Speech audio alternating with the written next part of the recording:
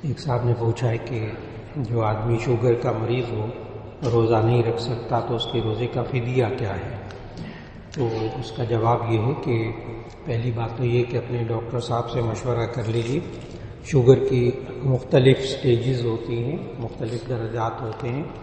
اگر تو ڈاکٹر صاحب کہتے ہیں کہ آپ صرف دوائی کھا لیں، صبح 2 وقت دوا کھانی ہوتی ہے، 1 وقت دوا کھانی ہوتی ہے، تو یا افطار کے وقت کھا لیں اور سحر کے وقت کھا لیں دوا، سحری کے وقت اور افطار کے وقت، تو انشاءاللہ ڈاکٹر صاحب کے مشورے کے مطابق چلیں۔ اسی طرح انسولین لگانے والے بھی بعض سٹیجز کے اندر بڑے آرام سے روزہ رکھ سکتے ہیں، اور وہ انسولین کا ٹائم بتا دیتے ہیں، اس وقت میں انسولین لگانی چاہیے، اتنے وقت میں لگانی چاہیے، اتنی لگانی چاہیے۔ تو ڈاکٹر کے کہنے کے مطابق چلیں تو شوگر کے لیے تو روزہ مفید ہے۔ صرف چند ایک ہوتی ہیں جس میں ہائیپو ہوتا ہے، یعنی شوگر نیل ہونے کا خطرہ ہوتا ہے، 60 سے نیچے شوگر آ جاتی ہے، تو اس وقت ذرا دقت پیش آتی ہے، وہ چند مریضوں کے اندر ہوتی ہے۔ عام جو مریض ہیں شوگر کے، ان کے لیے تو ڈاکٹر سب کہتے ہیں روزہ رکھنا مفید ہوتا ہے۔ اس لیے ایک تو یہ، دوسرا یہ کہ انہوں نے یہ پوچھا اس میں یہ کہ فدیہ کیا ہے، تو اس کا جواب یہ ہے کہ فدیہ صرف اس وقت دے سکتے ہیں، اللہ تعالیٰ نے قرآن مجید میں سورۃ البقرہ کی آیت نمبر 156 میں فرمایا وَعَلَى الَّذِينَ يُطِيقُونَهُ فِدْيَةٌ طَعَامُ مِسْكِينٍ، جن لوگوں کے روزہ فرض ہو اور وہ روزہ رکھنے کی نہ طاقت رکھتے ہوں تو فدیہ دے دیں۔ لیکن فدیہ وہ شخص دے سکتا ہے جو کہ کبھی بھی روزہ نہ رکھ سکے۔ ڈاکٹر حضرات کہہ دیں کہ اب آپ کی طبیعت، عمر ایسی ہے، بیماری ایسی ہے، بعض بیماریاں ایسی ہیں جس میں ڈاکٹر کہتے ہیں اب آپ ساری زندگی روزہ نہیں رکھ سکیں گے، تو وہ شخص فدیہ دے سکتا ہے۔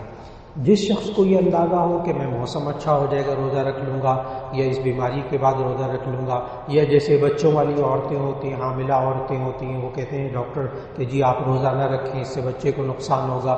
دودھ پلانے والی عورتیں، ان کے لیے بھی ڈاکٹر کہتے ہیں کہ اگر آپ روزہ نہیں رکھیں گے تو بچے کو نقصان ہوگا، دودھ کم ہو جائے گا۔ تو اللہ تعالیٰ نے قرآن مجید میں اس کی اجازت دی، فَمَنْ كَانَ مِنْكُمْ مَرِيضًا أَوْ عَلَىٰ سَفَرٍ فَعِدَّةٌ مِنْ أَيَّامٍ أُخَرَ، جو تم میں سے بیمار ہو یا سفر میں ہو تو اور دنوں میں روزہ رکھ لے۔ تو اسی طرح حاملہ اور دودھ پلانے والی عورت بھی اور بیمار شخص بھی اگر یہ چاہیں کہ بعد میں رمضان کے روزہ رکھ لیں، بالکل درست، ان کے لیے جائز ہے۔ لیکن فدیہ نہیں وہ دے سکیں گے، جو آئندہ قضا کرنے کی ہمت اللہ تعالیٰ ان کو دے سکتا ہے، امید ہے۔ تو ایسی صورت میں ان پر پھر جو ہے وہ فدیہ نہیں ہوگا۔ فدیہ صرف اس شخص کی طرف سے دیا جا سکتا ہے جو بہت بوڑھا ہو جائے، یا ڈاکٹر کہہ دیں کہ جی اب آپ ساری زندگی روزہ نہیں رکھ سکیں گے، بیماری ایسی لاحق ہو گئی ہے، پھر آپ فدیہ دے سکتے ہیں۔ اسی طرح یہ جو پوچھتے ہیں کہ کیا روزے کی حالت میں انجیکشن لگا سکتے ہیں اور کیا شوگر چیک کر سکتے ہیں، شوگر چیک کرنے سے وہ پرک کرتے ہیں سوئی لگا کر تو خون نکلتا ہے تو اس سے روزہ تو نہیں ٹوٹتا؟ تو اس کا جواب یہ ہے کہ خون نکلنے سے روزہ نہیں ٹوٹتا، خون نکلنے سے وضو ٹوٹتا ہے۔ یہ دو مسئلوں میں کنفیوژن ہو جاتی ہے کہ خون نکلنے سے وضو ٹوٹتا ہے، روزہ نہیں ٹوٹتا۔ اس لیے اگر آپ شوگر چیک کریں گے روزے کے اندر بھی تو بالکل جائز ہے، روزہ مکروہ بھی نہیں ہوتا۔ آپ 2-3 دفعہ شوگر چیک کر لیں، کوئی حرج کی بات نہیں۔ تو شوگر چیک کرنے سے بھی روزہ نہیں ٹوٹتا، اور انسولین لگانے سے بھی روزہ نہیں ٹوٹتا۔ انجیکشن کوئی بھی قسم ہو، جو کھال کے اندر لگتا ہے جسے انٹرامسکولر کہتے ہیں، اس سے بھی روزہ نہیں ٹوٹتا، اور جو رگ کے اندر لگاتے ہیں انٹراوینس کہتے ہیں اس کو، تو رگ کے اندر، اس ناڑ کے اندر، اس سے بھی روزہ نہیں ٹوٹتا۔ تو انجیکشن لگوایا جا سکتا ہے، کوئی بھی ڈرپ بھی لگوائی جا سکتی ہے۔ ڈاکٹر حضرات عموماً جسم میں پانی کم ہو جاتا ہے تو ڈاکٹر کہتے ہیں ڈرپ لگوا لیں، ٹھیک ہے، آپ روزے کی حالت میں ڈرپ لگوا لیں، روزہ نہیں ٹوٹے گا۔ اور اسی طرح انجیکشن جب یہ لگانے سے روزہ نہیں ٹوٹتا، تو اب جو انسولین والے ہیں وہ یا تو بازو میں انجیکشن لگواتے ہیں، یا پیٹ پہ لگاتے ہیں، یا ران پہ لگاتے ہیں۔ عام طور پر یہ پیٹ پہ لگانے کی کوشش ہوتی ہے، آسان ہوتا ہے، خود لگا لیتے ہیں۔ تو جو پیٹ ہوتا ہے نا، اس کے اندر دوا نہیں جاتی، یہ صرف اتنی باریک سی سوئی ہوتی ہے کہ انسولین ہمیشہ کھال میں لگتی ہے، پیٹ کے اندر سوال ہی پیدا نہیں ہوتا، جاتی نہیں ہے۔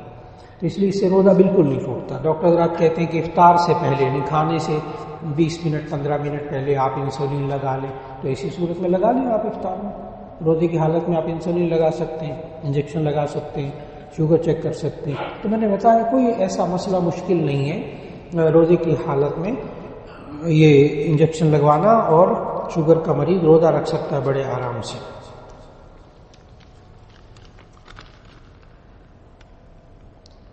ایک کہتے ہیں آج کل شادی کے موقع پر دونوں خاندان والے مل کر ایک فنکشن کرتے ہیں جس کو ایک کوئی نام دے دیا جاتا ہے. کیا یہ جائز ہے؟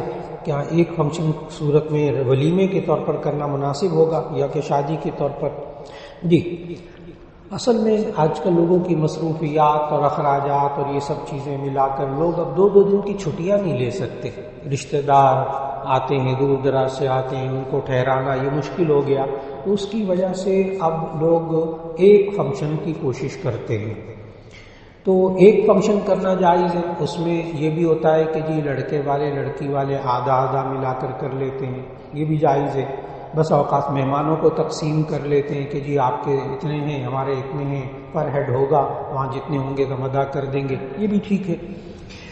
لیکن یہاں جو ولیمے کا لفظ ہے، ولیمے کا، تو ایسی صورت میں ولیمہ ہوتا ہے رخصتی کے بعد. رخصتی کے بعد ایسی صورت کے اندر ایک دن نکاح کر لیا جائے، مسجد میں نکاح کر لیا جائے، اس کے بعد رخصتی ہو جائے. اس کے بعد جو ولیمے والا دن ہو، اس دن دونوں فنکشن ایک رکھ لیے جائے تاکہ ولیمے کی سنت ادا ہو جائے. رخصتی سے پہلے ولیمہ نہیں ہوتا. رخصتی سے پہلے وہ عام دعوت ہے، شادی کی دعوت آپ اس کو کہہ دیں.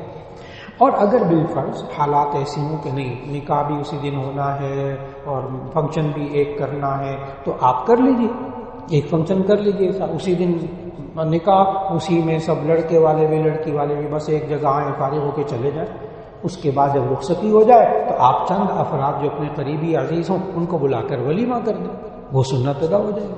میں آج کل لوگوں کو یہ بتا رہا ہوں کہ اگر بالفرض آپ نکاح والے دن ہی سب کچھ ایک ہی فنکشن کرنا چاہتے ہیں کر لیں، لیکن اس کے بعد ولیمہ جو سنت ہے وہ ضرور کر لیں.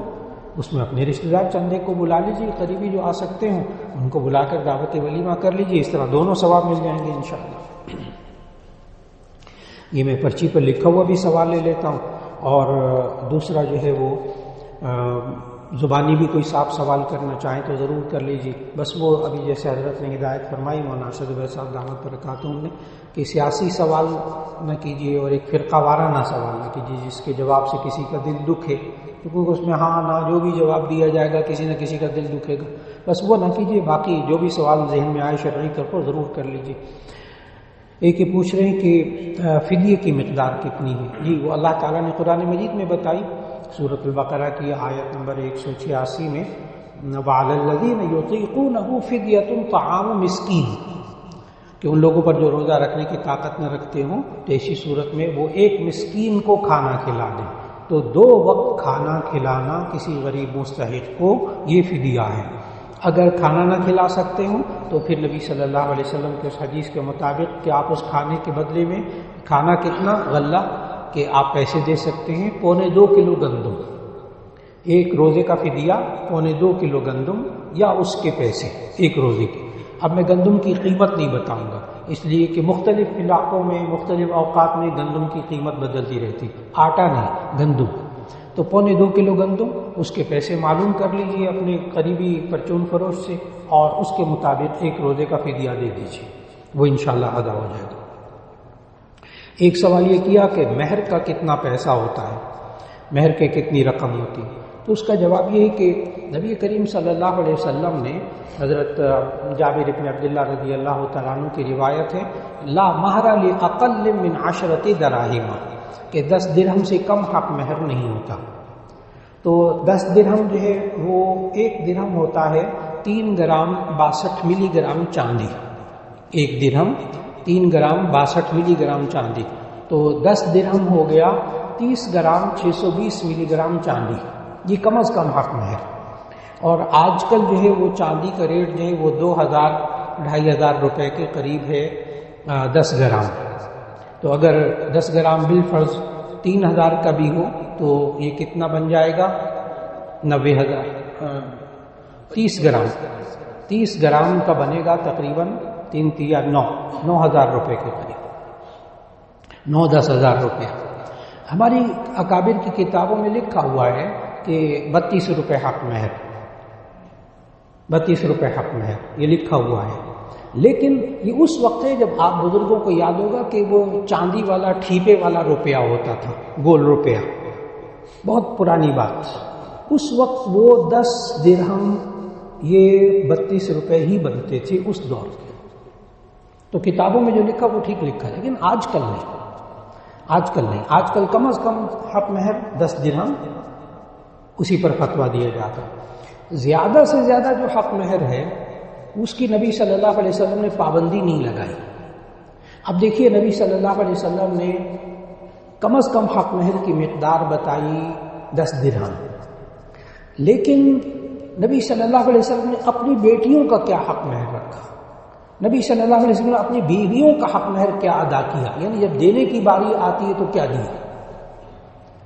جو ازواج مطہرات ہیں ان کا کم از کم حق مہر جو روایات میں آتا ہے وہ 480 درہم، 500 کے قریب قریب، اور جو حضرت فاطمہ رضی اللہ عنہا کا حق مہر ہے وہ ہے پورے 500 درہم، 500 درہم، میں نے ابھی بتایا 1 درہم 3 گرام 62 ملی گرام کا، اور جو تولے بنتے ہیں چاندی کے اس کو دل سنبھال کے سنیے گا، حضرت فاطمہ رضی اللہ عنہا کا جو حق مہر ہے وہ ہے 131 تولے 3 ماشے، 131 تولے 3 ماشے، یعنی آپ اندازہ لگائیے گا 500 درہم۔ اب 131 تولے 5 ماشے کی جو آج کل قیمت بن رہی ہے وہ 5 لاکھ سے زیادہ بن رہی ہے۔ آج کل جو چاندی کا ریٹ ہے وہ 5 لاکھ سے زیادہ، مہر فاطمی جس کو کہتے ہیں، وہ اس وقت 5 لاکھ روپے سے زیادہ جا رہا ہے مارکیٹ میں۔ تو نبی صلی اللہ علیہ وسلم نے جب ازواج مطہرات کا حق مہر دیا تو کتنا دیا اس کو سوچنا ہوگا، 500 درہم اپنی بیٹیوں کا، 480 اپنی بیویوں کا حق مہر دیا۔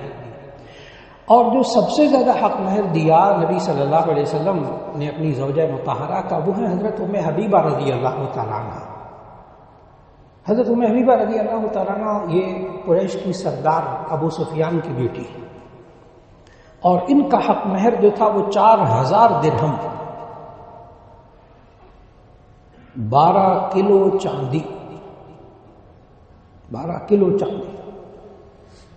اور یہ چونکہ نبی صلی اللہ علیہ وسلم کے پاس اتنا پیسہ نہیں ہوتا تھا، تو یہ اس وقت کے حبشہ کے بادشاہ نجاشی نے یہ قرضہ، یہ جو ہے وہ حق مہر ادا کیا تھا، حبشہ کے بادشاہ نجاشی نے۔ اس وقت ابو سفیان نے اسلام قبول نہیں کیا تھا ابھی تک، تو حضرت ام حبیبہ کی شادی ہوئی تھی نبی صلی اللہ علیہ وسلم سے، تو نبی صلی اللہ علیہ وسلم نے 4000 حق مہر بھی ہوا، 4000 درہم بھی۔ اس سے معلوم یہ ہوا کہ نبی صلی اللہ علیہ وسلم نے جب دینے کی باری آئی ہے نا عورت کا حق، تو پھر وہ 32 روپے نہیں، 10 درہم نہیں، پھر 9-10 ہزار نہیں، پھر نبی صلی اللہ علیہ وسلم نے اس معاشرے کے اعتبار سے، اس ماحول کے اعتبار سے، لڑکی والوں کے خاندان کے اعتبار سے، تو لڑکے اور لڑکی کے خاندان کو دیکھ کر پھر اس کے مطابق حق مہر رکھا جائے۔ حق مہر میں ہمارے ہاں جو رواج بن گیا ہے نا کہ حق مہر زیادہ سے زیادہ رکھا جائے تاکہ لڑکا چھوڑنے سے پہلے 10 بار سوچے، یہ ہمارا معاشرہ۔ لڑکی والوں نے چونکہ دینا ہوتا ہے حق مہر تو وہ کہتے ہیں زیادہ سے زیادہ، لڑکے والوں نے چونکہ دینا ہوتا ہے وہ کہتے ہیں کم سے کم۔ اور ہمارا معاشرہ یہ ہے کہ منگنی سے لے کر شادی تک لڑکے کے منہ سے جہیز کی باتیں نکل رہی ہوتی ہیں، گاڑی بھی چاہیے، وہ بھی چاہیے، فریج بھی چاہیے، اور سارا وہ سامان بھی چاہیے، گھر کا بھی سارا سیٹنگ بھی چاہیے۔ اور جب حق مہر دینے کی باری آتی ہے نا لڑکے کی، پھر کہتے ہیں حق مہر شرعی، اس وقت شریعت یاد آتی ہے۔ منگنی سے لے کر شادی تک شریعت یاد نہیں آتی جب لینا ہوتا ہے لڑکے نے، اور جب لڑکے کو دینا ہوتا ہے پھر شریعت یاد آ جاتی ہے۔ شریعت حق مہر کے مجھے 32 روپے، نعوذ باللہ من ذالک۔ اول تو جہیز کی کم سے کم اس کو بھی ختم کرنے کی کوشش ہو۔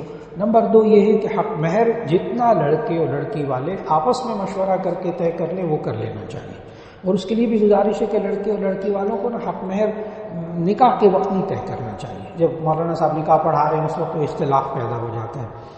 آپ پہلے سے 1 ہفتہ پہلے، چند دن پہلے آپس میں لڑکے والے لڑکی والے مشورہ کر کے نکاح فارم پر کر کے بس پھر اس وقت آئیں، خوشی خوشی نکاح پڑھائیں ہو جائیں، اس وقت یہ کیفیت ہو جانی چاہیے۔